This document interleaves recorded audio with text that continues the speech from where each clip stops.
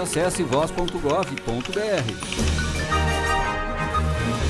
Levar auxílio para a população de municípios atingidos por desastres naturais. Liberar recursos para ajuda emergencial e reconstrução de estruturas danificadas por chuvas, enchentes e inundações. Algumas atribuições do Ministério da Integração e do Desenvolvimento Regional. E cabe também ao Ministério ações para garantir a segurança hídrica da população e programas que promovem a qualidade de vida dos brasileiros. E para falar sobre essas ações, a gente recebe aqui no estúdio da Voz do Brasil o ministro da Integração e do Desenvolvimento Regional, Valdez Góes. Boa noite, ministro.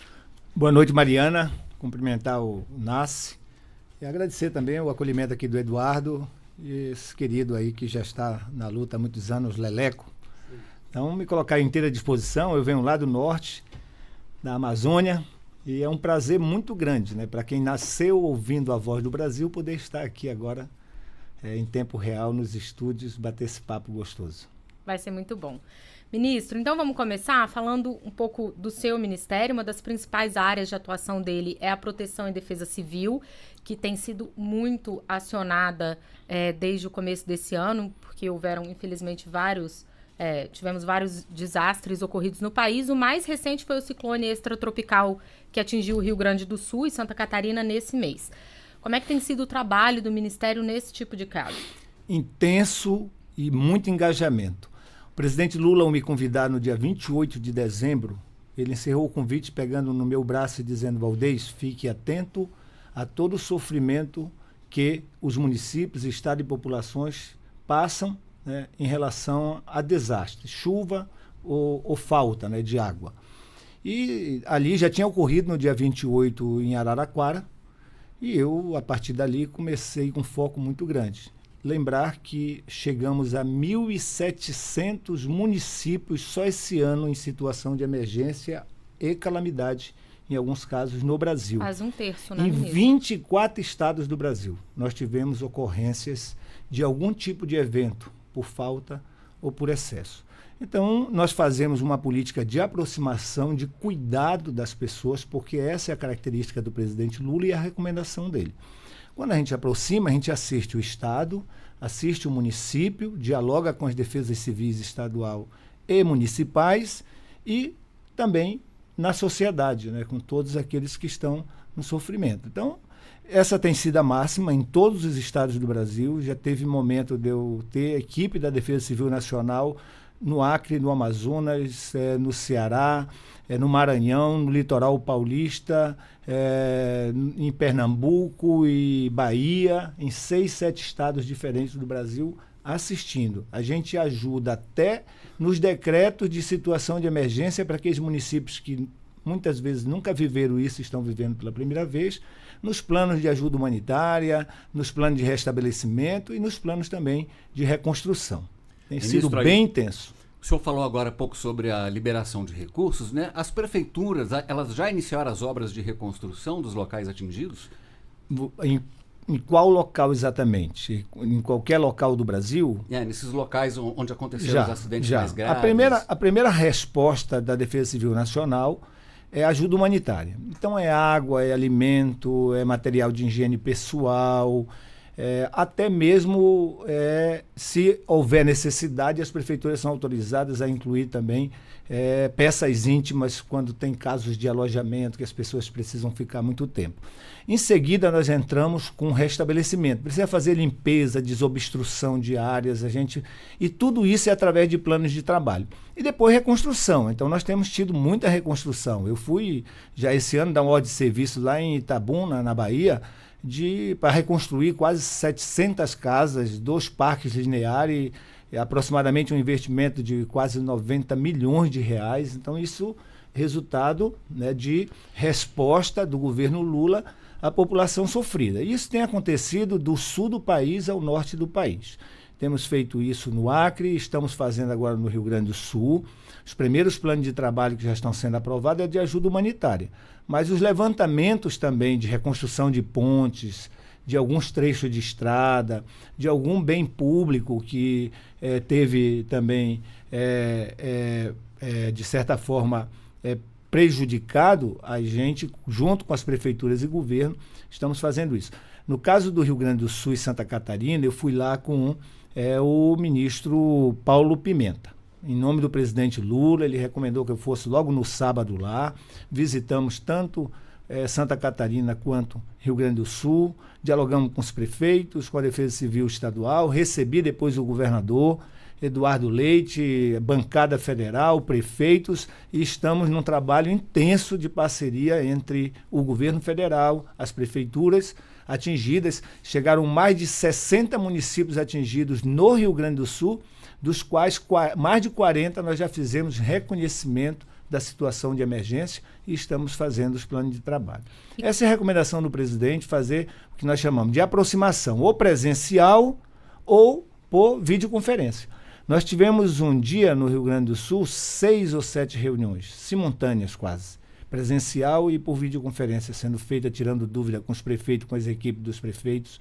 Isso facilita muito a resposta. É desastre, não pode terminar 6 meses, às vezes, de uma situação de emergência e muitas vezes os planos de trabalho sequer eram reconhecidos, avaliados, dado causa no governo federal. Ministro, e aí como é que funciona a liberação de recursos, Quanto já foi destinado do Ministério esse ano para municípios atingidos em situações assim? Quantos municípios já receberam recursos e de que forma esses repasses podem ser aplicados? Nesse primeiro semestre, nós já apoiamos com Operação Carro-Pipa no semiárido brasileiro e ajuda humanitária, restabelecimento e reconstrução em torno de 600, um pouco mais de 600. Isso muda muito, amanhã o status já é outro, já se aproximando a quase 700 milhões de reais só em resposta em defesa civil, incluindo a Operação Carro-Pipa no semiárido do Nordeste brasileiro.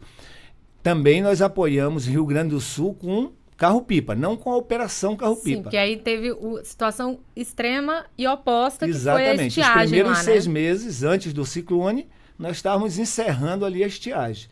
Foram mais de 350 municípios reconhecidos em situação de emergência com estiagem no Rio Grande do Sul.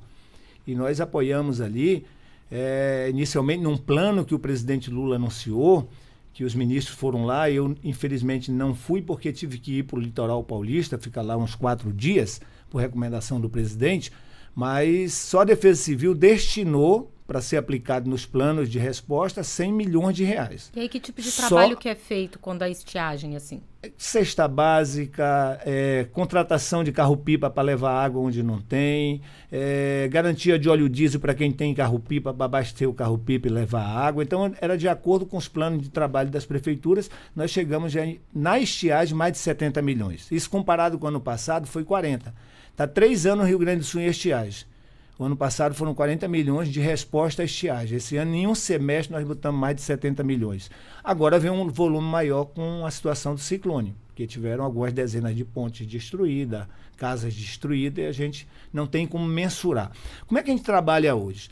Eu fui no Acre. No segundo dia, nós já estávamos trabalhando ajuda humanitária e liberando o primeiro recurso.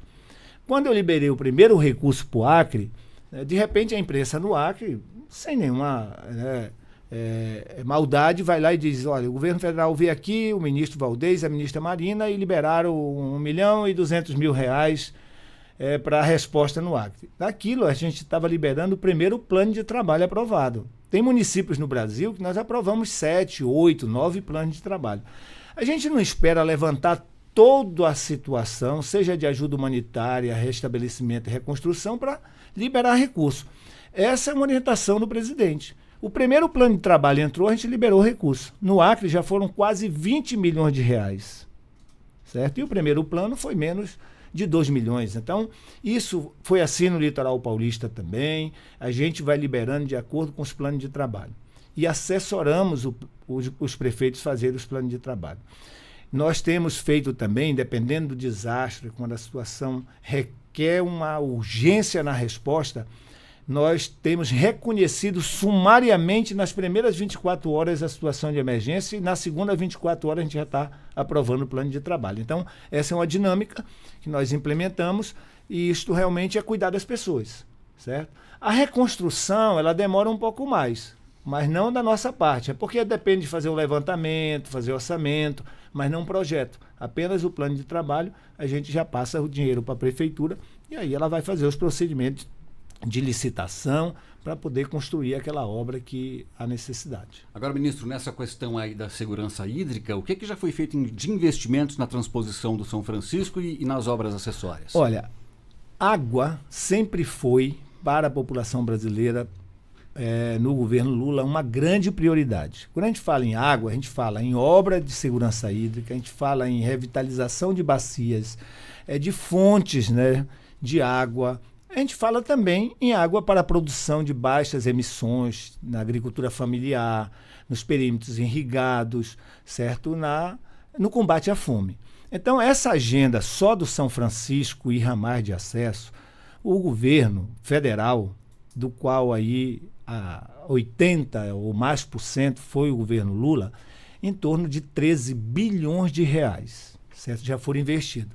O novo pacote de obras de segurança hídrica que o presidente Lula vai lançar dentro do plano de investimento, a carteira hídrica, prevê mais ou menos isso, de 12 a 13 bilhões de reais. Para esse ano, o Ministério tem 2,2 bilhões de reais, que com as novas ações deve aumentar aí para uns 2,4 para esse ano. Ramal como do Apodi, o caso Cinturão Litorâneo do Ceará, a adutora do Agreste, tudo isso está em obra nesse momento.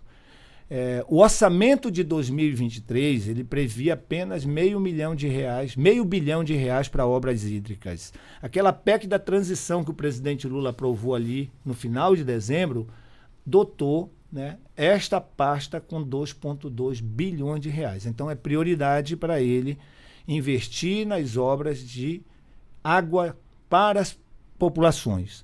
Água para beber, se puder, né, ter excesso, água para a produção de alimento de baixas emissões, porque uma das metas dele também é combater a fome, certo? Produzir alimentos, combater a fome. Tanto que lançou o Plano Safra da Agricultura Familiar de mais de 77 bilhões de reais. Um aumento aí de mais de 30% na agricultura familiar e na agricultura empresarial, mais de 27% no Plano Safra referente ao ano passado. Então, isso demonstra claramente que combater a fome é importante. Ele mesmo recomendou que nós incluíssemos no novo plano de investimento revitalização de bacias. A exemplo do São Francisco. Nós estamos agora trabalhando a duplicação do potencial de bombeamento de São Francisco, do eixo norte e eixo leste. Se vai duplicar o bombeamento, precisa cuidar da fonte, seja a bacia, sejam, né, as fontes de produção de água. Então, isso vai também para o novo plano de investimento, a revitalização de bacias. E a parte de irrigação deve vir num outro momento, mas porque está ligado diretamente à questão de produção de alimentos de baixas emissões, que tem tudo a ver aí com essas questões das mudanças climáticas. São muitos assuntos, né, ministro? Por falar em mudanças climáticas, lembrar que a gente está saindo agora, virando a chave, está indo para o El Niño. E o El Niño tem indicativos de aumentar o índice de chuva no sul do país, mais precisamente Rio Grande do Sul, em 50% em relação ao ano passado, e diminuir a incidência no Nordeste em 50%. Então, isso nós devemos ter mais excesso de água e, portanto, mais problemas no sul e mais escassez de água, né, no Nordeste brasileiro e talvez até em parte do Norte também. Eventos extremos, né? Ministro, muito obrigada pela sua participação aqui na Voz do Brasil. Nós conversamos com o ministro da Integração e do Desenvolvimento Regional, Valdez Góes. Obrigado eu. Um grande abraço.